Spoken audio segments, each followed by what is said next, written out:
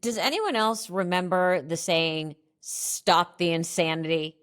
It was the catchphrase of a woman named Susan Powter, who was one of the OG fitness infomercial best-selling author, food guru. I mean, she was everywhere. And then she disappeared. I got to talk to her about her new documentary, Stop the Insanity, Finding Susan Powter. And wow, I learned a lot. Hi, Susan. Hello, Melissa Rivers. How are you? It's lovely to meet you, by It's the way. lovely to meet you. And I had no idea, and we're going to get to all this later, that my mom made such an impact on you when I watched the documentary. And we're going to get into that. But first, let's just go in order. Whose idea was the documentary? Long story short, I have 3 children and a few friends, so not a lot of people have my number. Not because fancy schmancy, just because I haven't been whatever for a long time. And I got a text one day that said Susan Powter ? And I froze. It made me nervous because I was just like, did I just deliver to someone and they recognized me on the ring cam, whatever. And it turned out to be a very talented young filmmaker named Zebariah Newman, who said, I'm interested in doing a documentary. And I said, absolutely not. Like, I'm not in front of the camera. I've done absolutely nothing. No, we're not. But thank you. But the interesting thing is he looked for me for 1 year, solid, 1 year. 1 year. And he knew when I was that difficult to find that something was up. He was like, wait a minute, she's not like living on a farm somewhere, with the horses and like something.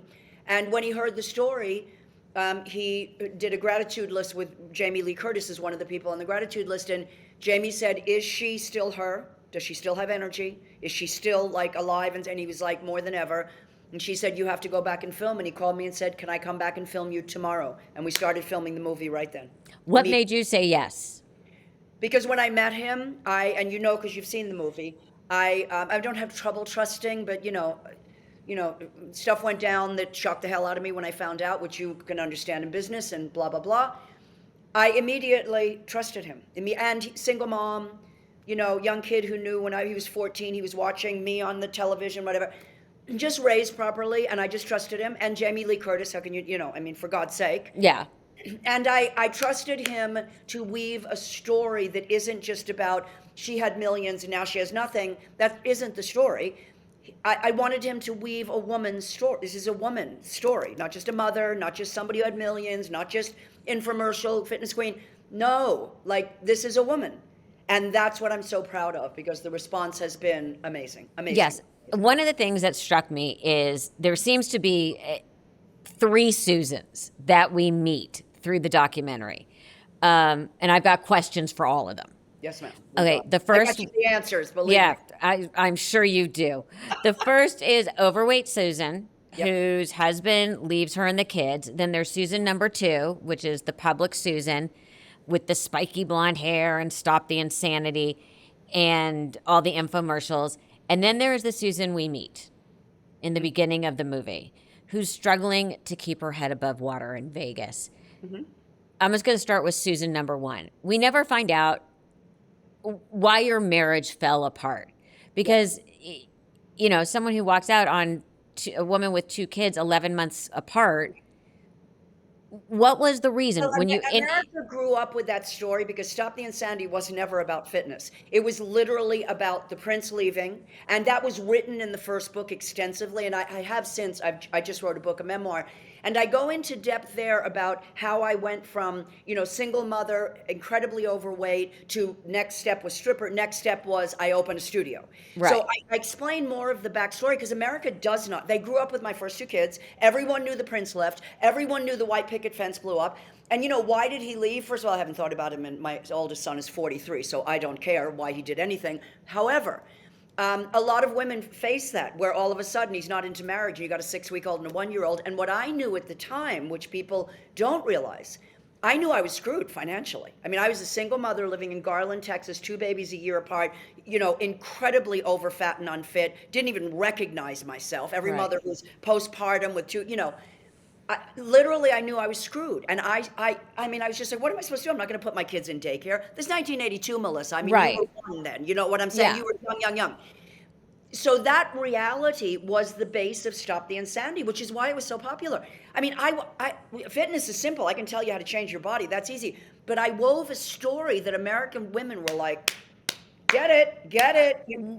100%. But, time, like, I know I'm in a part of my life because 2025 has fucking sucked so bad, where I'm very reflective on why things affect me. Yeah. Do you ever look back and say, I could have been a better wife. I could have been a better mother. I could have been a better partner. Yeah, no, not for a minute. No, first of all, I don't even with the wife thing. I'm a lesbian. I'm not with the wife thing. I'm not doing a wife. Oh, I could be a lesbian wife, I guess. But anyway. Now, it depends what state you're in. Yeah, that's no joke. No, I don't know. I could have been. What didn't you do? Like, no. And we had an excellent home. I am a very, very good mother. And they were raised really well. And they're adult men that prove that now. They know how to respect women. They eat organically. They're decent human beings. And I only have one grandchild. And my son is an extraordinary parent. Extraordinary. Because they watched it. What people also don't know is, years later, when I left everything, I had another baby at 40. People don't know that baby. So yes, I have a 43, 42, and a 27-year-old who knows nothing about Stop the Insanity. Nothing. Which is crazy. Which is crazy, as we'll talk about. So we meet, and then obviously a huge part of the movie is talking about Stop the Insanity. And my takeaway was you were very smart. You were an aerobics instructor. It's very funny that you talk about that you had too much information and too much energy. Yep. You found this abandoned studio. You got into business with the guy, and and it was basically right near Dallas. Yes, it was. And you became, as people were becoming, the fitness instructor, the aerobics teacher in Dallas. The studio got very, very popular. Got local press, but remember in Dallas, that was the end of the 80s, that was early 90s. Big hair in Dallas, I had no hair. I had bracelets up to here. All my ears were pierced completely, tattooed. Like, I should not have been popular in Dallas, Texas, but it's real. That's what people responded to. So the front row became the hot front row in the aerobics industry when it was the hottest it was. Yes, it did. So I'm going with this is you then realize it's worth getting a publicist and taking it a step further. And what struck me is you are clearly very smart and very methodical. There is not a lot of impulsiveness. You not that you plot and plan, but you have a goal and you work methodically towards it. I'm not an idiot. Like you're not an idiot. I'm not. We're smart. Like I thought about it because I had children to feed. Exactly. Literally. So my biggest question coming out of that whole sort of part of the origin story is, you meet was it Jerry or Barry? Jerry. Jerry. You walk into a meeting. His brother had taken your class, and there he is, a businessman. 2 lawyers. You are a smart woman. He says, this is what we're going to do, and slides a piece of paper in front of you. Which is not ignorance or stupidity, and I'll tell you why.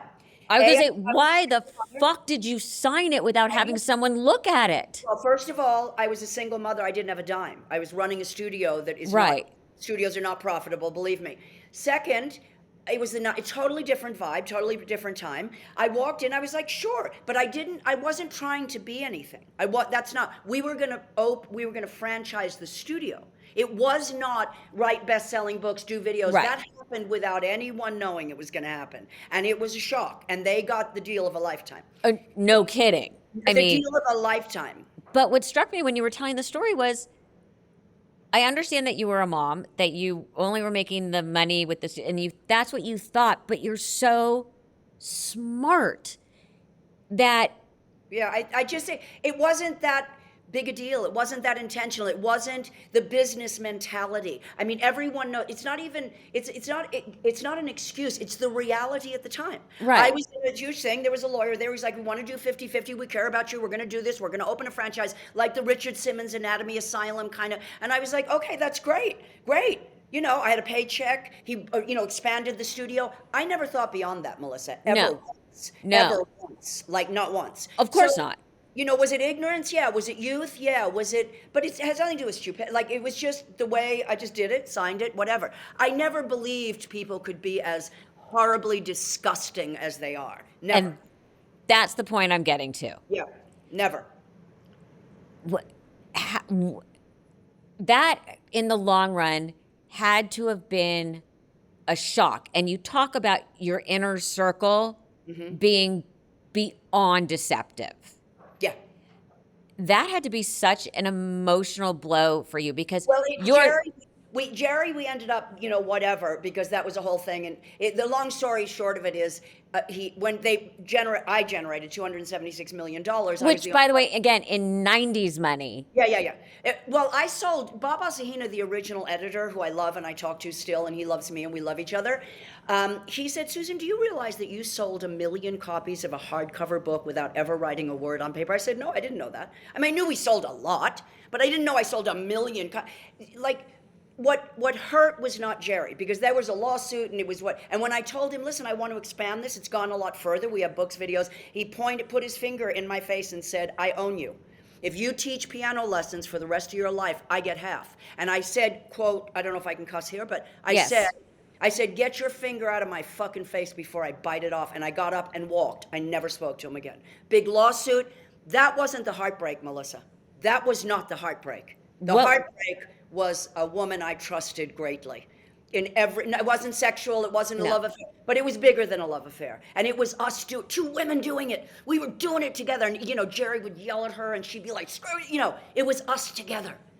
I believed that I am no fool. I believed it with every cell in my body. When I got that realization, that crucified me. It was so shocking that I literally did not speak her name for 7 years. Oh, I understand.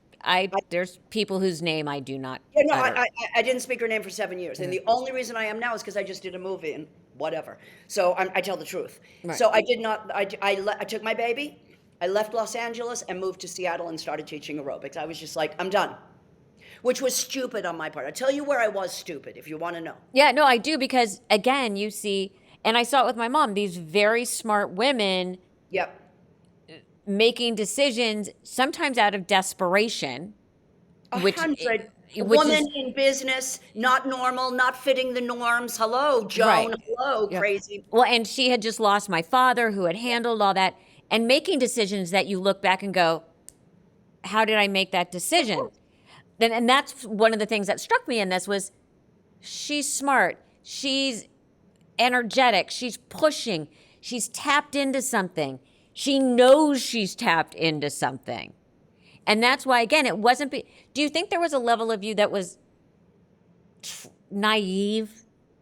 No, and I mean that in the best possible way. No, it's not insulting to me at all. No, I'm not. It's interesting because I always say if people, if I had dinner with you, people would be shocked at what I'm not. I don't believe in any of the therapies. I don't believe in the men. I don't believe in all the get back, look back, reflect. It's not who I am. I'm very bottom line. I'm very pragmatic. And I did not know. I did not make Stop the Insanity happen. I didn't know I was going to be writing books. I didn't say, and what I'm going to do is I'm going to be known as a fitness guru and I'm going to write books. When I tell you it fell in, and I was grateful. I mean, I got a $2 million advance without a word on paper at the elevator. I was given that offer. And I didn't even talk about wellness. I talked about the millinery business and high colonics. And then I said, oh, by the way, I want to write a book called Stop the Insanity. Bob Asahina, boom, deal with Simon & Schuster. I was just grateful. We were walking back from that, and Joan would understand this. We were walking back from that, and somebody said to me, do you know how to write a book? And I was like, I don't know. I mean, I'll write it. I'll figure it out. It wasn't calculated. That's why I'm very grateful now that I thought my work was for naught. I thought it didn't mean anything. I thought all that work and all that love and all that travel and all the people and the women, I thought it meant nothing. And the love that I see, I said the other day, I was walking into a grocery store and I literally started to weep. And I said, Susan, all of that was out there. They respect your work. It touched people. It meant something. And I said, and you almost didn't survive to see it. I didn't know it was out there, Melissa. Okay, I didn't know. I didn't know. this is one of my favorite questions to ask people. When was the first time you were recognized outside of Dallas? When was the You mean first back time? in the beginning? Yeah, when was the first time you were in an airport and someone said, Pretty "Aren't soon because we got aren't you?" yeah, Yeah. we got, and well, number one, people ask me all the time, was that deliberate, that hair? No. People used to throw stuff at me with, you don't have hair like this in Dallas, Texas in 1982. No. I didn't do it deliberately. It wasn't a marketing thing. It has nothing to do with it. But because of the hair, almost immediately. Like I did the home show and it was like, aren't you that woman? And my voice to this day, my voice, everybody's like, you sound like that woman on TV. Almost immediately just because of the hair. But it, again, was not planned. They just, can you write a book? Yes. Can you do a video? Yes. And I always just did the truth, and then it became a platinum and a bestseller. The other thing that I need to say to all the mothers, all the mothers, I was actually raising my children. The men that I was doing the $1 million deals with they were going home to their mistress. No. I was commuting every week. I was going to the goddamn baseball games. I was going to the stupid basketball games that I couldn't stand the noise of. I was raising my children. I was there for dinner. I was there for birthdays. You have to add that when you connect it to mothers and women. Because I was running like a racehorse, Melissa. I was like, oh, I'm so famous. I'm not that being. I haven't changed one iota. I'm not that being. So I was just running, going, doing, and then it became monstrously huge. And it was nice. It was nice. And I liked it. You know, you get good seats, you get upgrades, you get all that. But I didn't walk around like, oh, I am so everything. No. I didn't And you get that through the documentary. As a child, and I've watched it with myself, I mean, maybe less with myself because it was just kind of always there, but especially with my son, when it dawns on them that mommy, and in my son's case, grandma, do not have normal jobs. Yeah. They're not normal people. I mean, thank God. Yeah, but I'm saying, but they're always just like, were your sons young enough that it just kind of became like that's just how life is? Well, you want to talk about the inside scoop. When Planet Hollywood opened, remember way back, you were very young, but way back. Oh, I remember. Your hit, Stallone, Schwarzenegger, and it was in Hollywood. So I was invited to the opening of Planet Hollywood. And I'm not even to this day, I'm not big on all that stuff. And that's great, I appreciate it, but no. And I took my son, who was 11 then, I mean, his heroes, Shaquille O'Neal, all of them. I didn't even know half the people. So I took my son. I got a phone call the next day from one of the financial people, a woman in the company. And she said, I just can't believe you didn't take me. And she was and I said, I took my kid to an opening of an event with the biggest act, like, that kind of stuff, kind of gross stuff was happening. And it would shock me, like, oh, gross. But, go ahead, do the financials, which, by the way, she didn't, but that's fine. It is different in the 90s. I couldn't say to Time Warner, I want to see the analytics. There was no chance in hell of that happening. No chance in hell.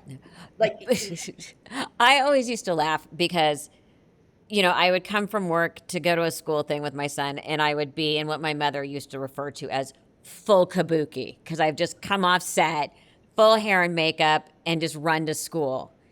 And I always was like, my son would just look over and be like, he didn't think about it. He knew he came from work. Especially your life and your son. I mean, infomercial queen, wrote books. I get it. But when you had to go to baseball games and suddenly you're Susan Powter, and it's not necessarily the moms on your team because they know you, and all the other moms are like, I mean, did your sons ever feel that or get used to that? Okay. They didn't even, because again, it's what you're like at home. I mean, we didn't listen, I mean, Joan, palatial, legend, and being her daughter is very different than being my son's. It's very different. But still, it was a big lifestyle change for them. Yes, it was fun, and I'm really relaxed, so that's okay. But I could tell you a really negative thing. I was in Dallas.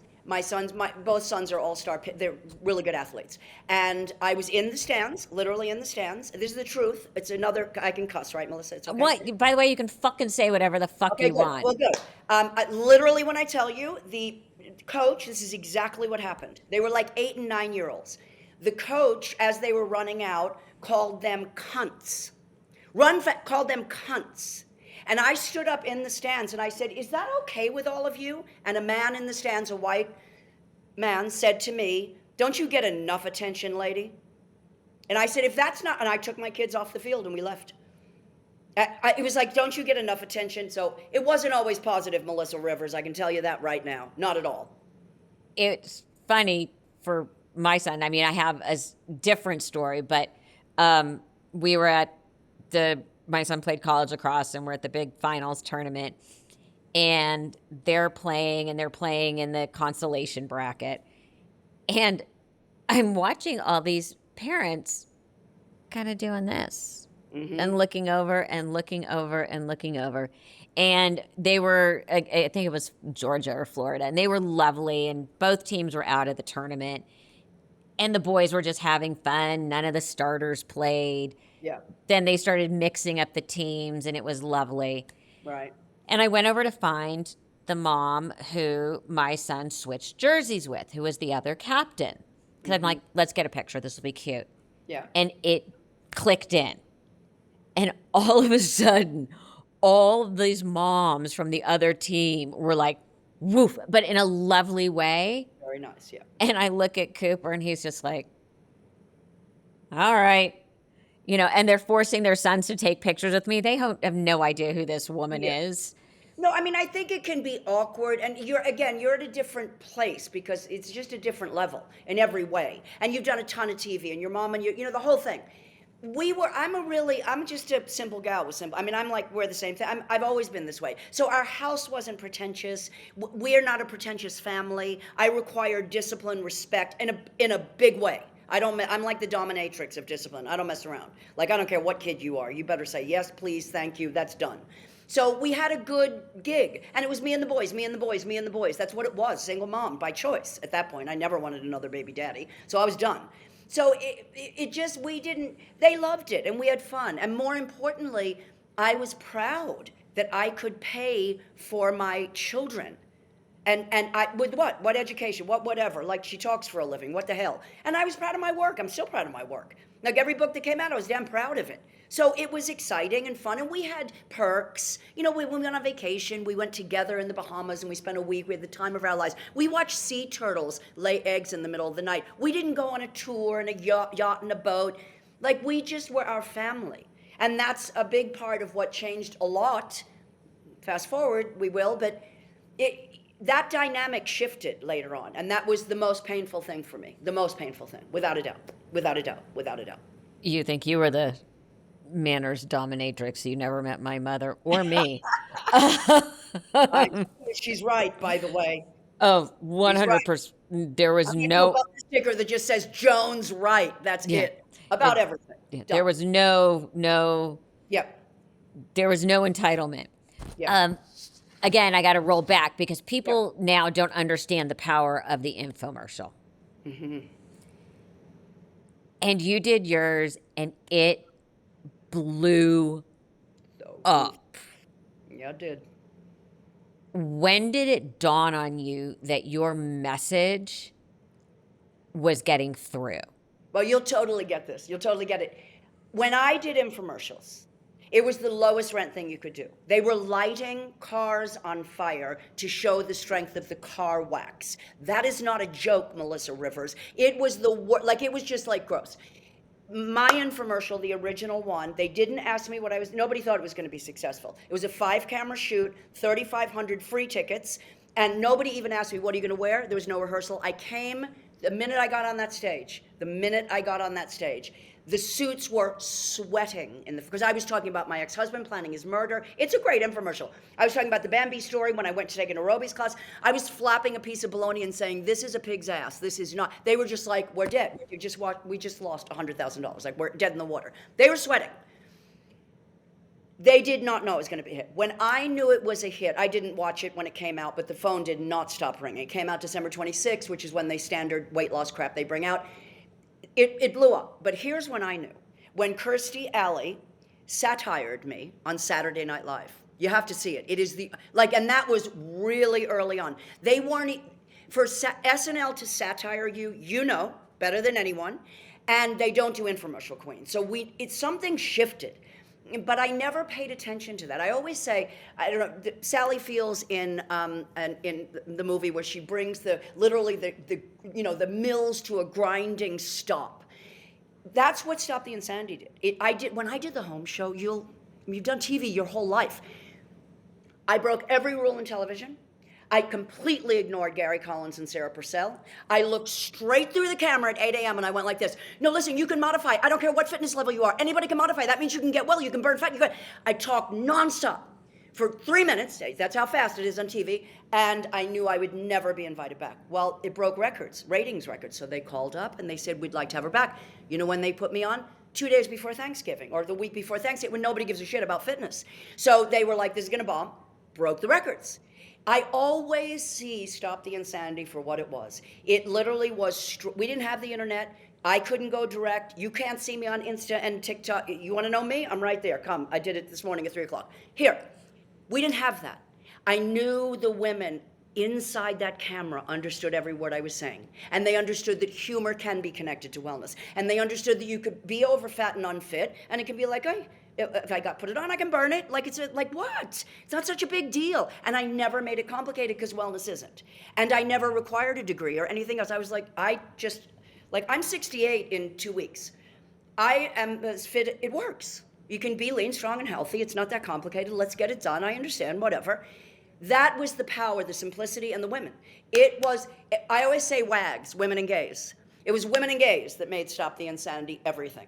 Everything. Everything. It's true. How did the actual Stop the Insanity become my words? Did it just pop out of your mouth one day? No, it was about the diet industry, the AMA, who I can't stand, the pharmaceutical industry that I can't stand, the agribusiness that I can't stand. I knew about all that in the 80s and 90s. It was considered radical. Now it's not. It was way ahead of its time. Way ahead of its time. No, here was the original saying, which I'm using now, the full saying. Stop the insanity, comma, what insanity would you like to talk about? That was the whole thing. But they wouldn't let me go there. It was only wellness, well, you're a fitness guru, and it was much more than that. Not the point. The insanity of looking at one fact alone. When I heard the facts, I've got a good brain. My brain processes the simplest common denominator and then goes, oh, that's what they mean. When I heard 98% of all diets fail, that was in 1983, 98% of all diets fail. The first thing that went, that's the insanity. The first thing that went through my mind is I'd like to meet the 2% that don't, first, 2%. And that's not our problem, that's the industry. But what's the insanity? I blame myself. I didn't stick to resolution, I didn't stick, oh my God, I didn't stick, I have no discipline, I have no willpower. It's a load of crap. So that was the insanity, because I was talking about changing your body. The insanity is blaming yourself when these idiots are pushing, and now it's even worse than ever. But fine. So it was a simple, like, something insanity. It's so crazy. But I got to tell you, I did a deal with Simon & Schuster. It was a very big deal. And they said, you can't use that title. They said in the beginning. It took about 5 seconds. They said, people are going to think you're calling them insane. And I said, people aren't that stupid. They are not going to think that. And then the lawyers maybe, I think we took it out, or maybe still be in the book. But I said, without oxygen, you die. It's the only thing you can't live without for more than 5 minutes. The only thing on earth, more than 5 minutes. And I said, hold your breath for 4 minutes and see how it's going. It's not going to go well. She said, oh, we can't do that because people will hold their breath. And I said, anybody that dumb needs to. Like, honestly. If you're that dumb, you need to hold your breath for 5 minutes. Like, okay. And I was like, people aren't that dumb. They always told me, the women won't understand. You talk too much information. When I did the fat formula, women don't do math. I was told that to my face. Women don't do math. And I was like, what a stupid damn thing to say. I, up against 5 major industries, as me, haven't changed one iota, in 1992. I mean, I fought hard, Melissa. I wasn't a doormat ever. But Jesus, I was up against, and it just wasn't worth it. What gave you the strength to fight? What gave you the the backbone to not back down, especially because these are major companies that are saying to you, you can't. Mm-hmm. And all of us fall into maybe they're right. Let me rethink this. What was this? Were you born with this inner strength to just fight and believe? I don't call it inner strength. I call it rage. I was born mad, meaning I was born, I would walk, I'm like, that's full of crap. I'm smart. We're smart. And I'm not rude. I'm not a rude person at all. But I have no problem letting you know, I have no problem with confrontation. I have no problem, whatever. I was always that way, but this is why this movie is a miracle. Because Jamie Lee Curtis, the moment I met her, and believe me, it's been a tough couple of years. Jamie Lee Curtis, the first thing she said to me was, this energy is not easy. This energy does not always work. It doesn't work well in a PTA meeting, Melissa. You're a mother. It doesn't work well in a bank line. And not that I'm rude, I'm not. But I walk in and my energy is just like, which is a good thing if you're on a stage. It's a really good thing if you speak for a living. It's a really good thing if I get the privilege of interviewing with you. It's not easy. It's not easy for my sons. I mean, I have one son that, stands this tall right next to me. Like, yeah, I'll tell you what Kyle did. Long story. And people used to throw stuff at me. I had short hair. I wasn't famous. Nothing. My kids were in Montessori school. And I paid a lot of money to do that. I was a single mom. And I went to pick my 5-year-old up one day, and all the kids were laughing. The teacher had no control of her class. And they were all laughing. Your mother's bald. Your mother's bald. And my 5-year-old Kyle stood up and said, my mother's so beautiful, she doesn't need hair. Come on, Mom, let's go. And I walked out of there like this. I was like, that's my kid. That's my kid. That's my kid. So yes, I was, and it was difficult. Me and my mom, like, she was the polar opposite, and my energy offends. But to know that as a crone, as a 68-year-old woman, I mean, nobody understands this more than Joan Rivers. And to have survived iterations of highs and lows and careers and the industries and, work in the back rooms at Vegas when you got to do it and Johnny Carson's a jerk. I know. It's so good to come into your own. It's so good to know, shit, this energy is precious. And I'm very respectful. My voice, I know, is strong, and but my kids they've never tell me what to do, but they've said, like, Mom, your voice kind of carries. You just said she's disgusting. Come on. You were raised by someone with an opinion, a brilliant opinion, a hysterical one. It's not always easy as the child. No. It's not always easy. So you're riding high. Everything is good. When did you start to realize something was amiss? And again, I take full responsibility. Everybody will see when they see the movie. I don't blame anyone. I mean, I know I should have checked the balances. I know I know what I should have done. And I didn't protect, not just me. I was angry at myself for that. But I didn't protect my children either. They didn't get their money either. So and you come around and it's, bitch better have my money because I'm ready now. So we'll do. That's fine. I knew that, you'll get it. The energy that got us there became when the deals got huge. I mean, Stop the Insanity generated $276 million in the first year. I was the only revenue generator, and I was teaching aerobics, so figure it out. You know what I'm saying? It va-voomed. It was huge. When I heard, it was like 2 years before I left, I heard things like, well, what Susan means is, or wait, just there, just wait a second. I got the shh. And there was a moment we were filming, I think it was Lynn Shear, 60 Minutes or so. It was a big, I don't know what it was, 2020, whatever. And it was a big shoot. And we were in the kitchen and all the execs were there. And some white guy said, the water is, being polluted. No, he said, well, all the water is polluted. And I said, wait a minute, it's not passive, kid. Like I stopped, I said, corporate America corporate world has polluted all the water on earth. Like, it's not being passively polluted and we don't know why. And I felt managers and agents stiffen. Like, they're the ones paying the bills and she's having an environmental conversation with them. So when I became too much, and I realized very quickly they were producing me out of me. It was like, what Suze means is, and I was like, no, what Suze means is what she just said. When it started generating gazillions, everyone liked it a lot more than I did. They got very greedy and they started lying and stealing. That's what happened. Unfortunately, that's not an uncommon story. The documentary begins with us in a very raw way seeing what your life has been like. And it's really upsetting and it's really frightening.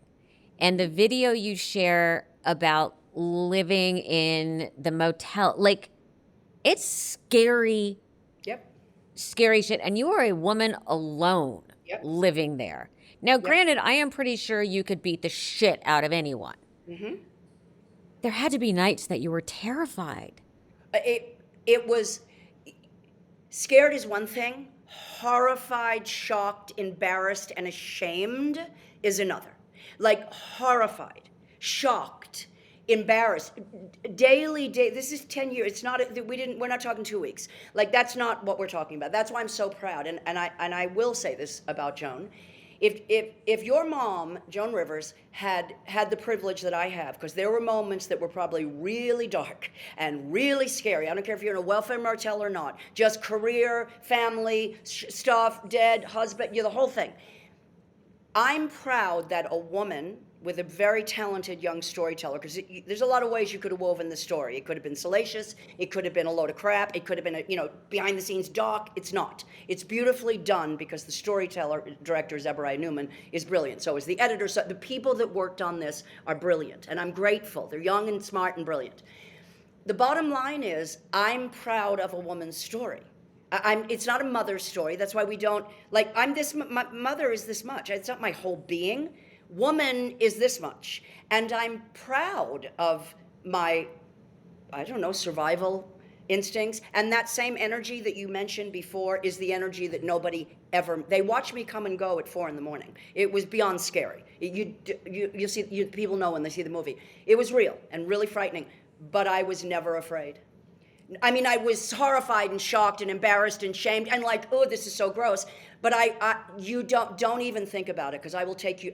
If I win or not is not the point. You're going to come down with me if you even think. That aggression and that energy works very well when you're a 65-year-old woman walking up and down the stairs 100 times a day, and just people are just sitting watching your schedule, and they got nothing to do, and I'm alone. That's why the name of my book is And Then M Died. I wrote it to my dead dog. Because after she died, it just, not because she died, but that's when it just got like, a welfare hotel? Are you kidding? Like, are you kidding? It was shocking. It was shocking. Shocking.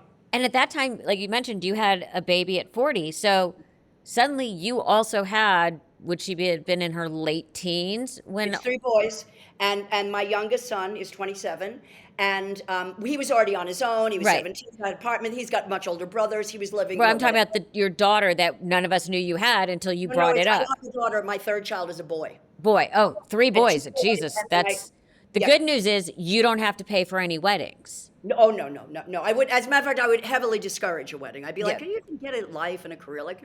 But you know what I'm saying? Like that's the beauty of all boys. Yeah, and I think if I had a daughter, I think it would be pretty tough. I mean, unless boys are basic and whatever, and it's the boys and me, and I still say to this day, boys, and I hear yes, ma'am, like they're this big, and they're like yes, ma'am. So but no. The youngest one, what's really interesting is, and I say this because it was one of the most painful things, it's in the movie, he didn't know the strong woman who paid for everything and had houses and had a career and all that stuff, a house, not for long, but anyway, he knew a woman who was getting sadder and sadder by the year, and he did his best. He's a very talented, lovely young boy, but it's hard when your mom's really sad. It's hard when your mom feels hopeless. That's not easy for a 22-year-old especially. Different emotions in different children. I got 3 children, 3 boys. The older one is pragmatic and he'll do it. Mom will fix the car and we'll do, but never approaches emotion. It's like, whoa, wait a minute, here I am. The second one is like, Mom, anything you want to talk about? It's emotionally very connected. And my youngest one is an artist and he's just like, Mom, I didn't know. And he, just recently, he was like, Mom, all my friends are calling me. This is you? What is it? He didn't know about Stop the Insanity. We didn't talk about it. But he saw a woman not the way I wanted him to see his mother. I mean, I'm not going to give away the movie, but there's a scene when he bought me sheets and a bed, and it was. It's wrenching. Thank you, because it made me feel, and he was so excited and trying, and you're a mother. I was like, I couldn't wait for him to get out of there because I just wanted to sob. I was so embarrassed. I hadn't seen his apartment. I've never bought him anything. He's on his own. They're financially on their own, which, by the way, worked out. All 3 of them were very, I didn't do anything because I didn't have the money. They did their own. They're successful, smart, lovely people. But that dynamic was really tough That when I was like, he doesn't even know a strong mother. He doesn't, like, he sees me sad all the time, and and I don't suffer from depression, and I don't have anxiety, anything, and there's no low to this high. I wake up like this, I go to bed like this, and I'm not medicated at all except weed. I smoke a lot of weed, but I'm not medicated on any pills or anything.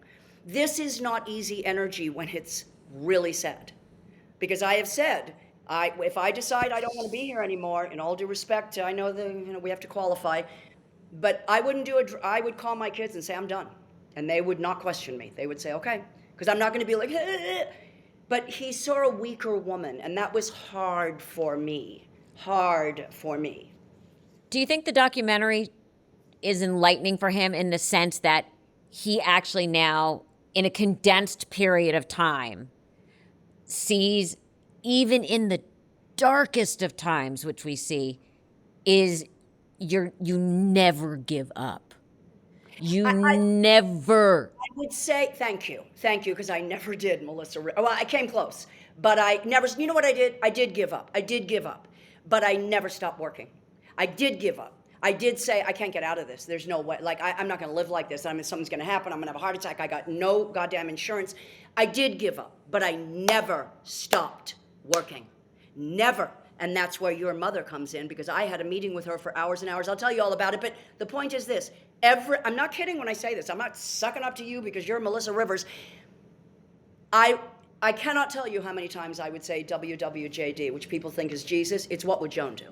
And I say all the time, she would show up. She'd put her makeup on, and she would take the gig. And I did it because, Joan, all the time. I know she's your mom. I'm not going to step on that.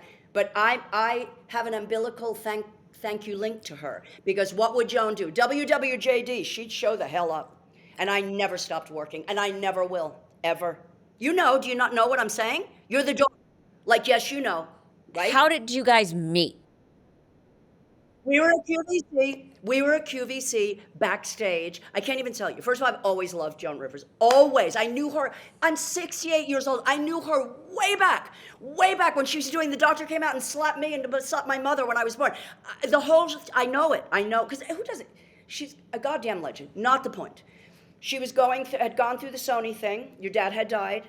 She had a difficult time with you for a very short time, for like a year or whatever, that broke her heart and her face, and I'm sure you know that. And I couldn't even understand that then, because it was me and the boys. I was going through the lawsuit with Jerry Gross Frankel, and a big, huge, massive lawsuit. Huge. And I was selling, huge, it was huge. I mean, I had 15 lawyers on me. And you know, I did. I knit when I was doing the deposition. I knit because I knit. And I would knit, and I look in the camera, and I said to them, if you think putting a camera on me is going to intimidate me, then you're dumber than I thought. Like, that's so dumb. I was like showing for the camera.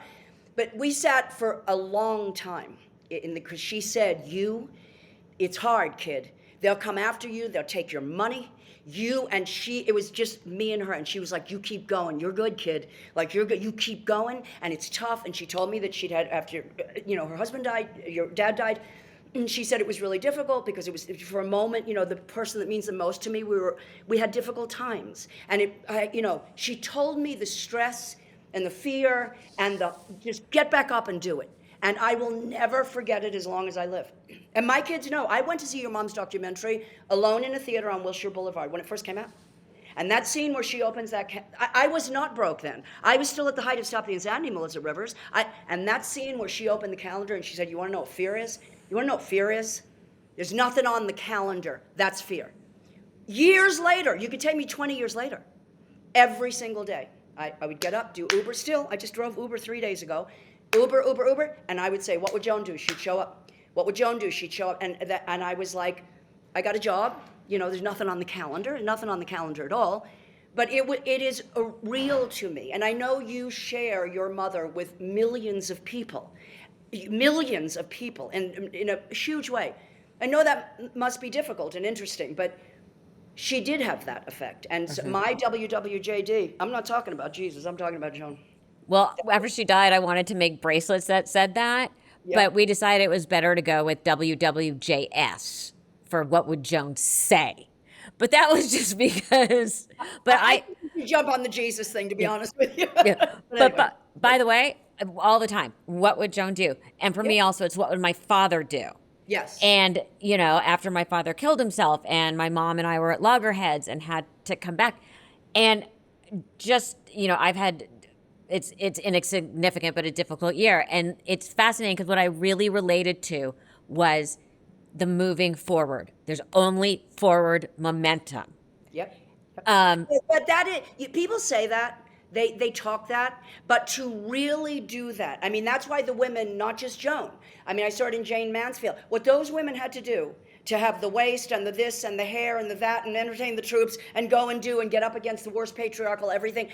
That's why I respect them. The old school workers. I mean, not a lot of women were comedians. Not a lot at all. Not a lot of women were vet. Not a lot of women were toured. Not a lot of women had that life. They're such pioneers. And I was not one of those. I was an infomercial queen that knew how to write a book and do videos, and I love my work, and that's fine.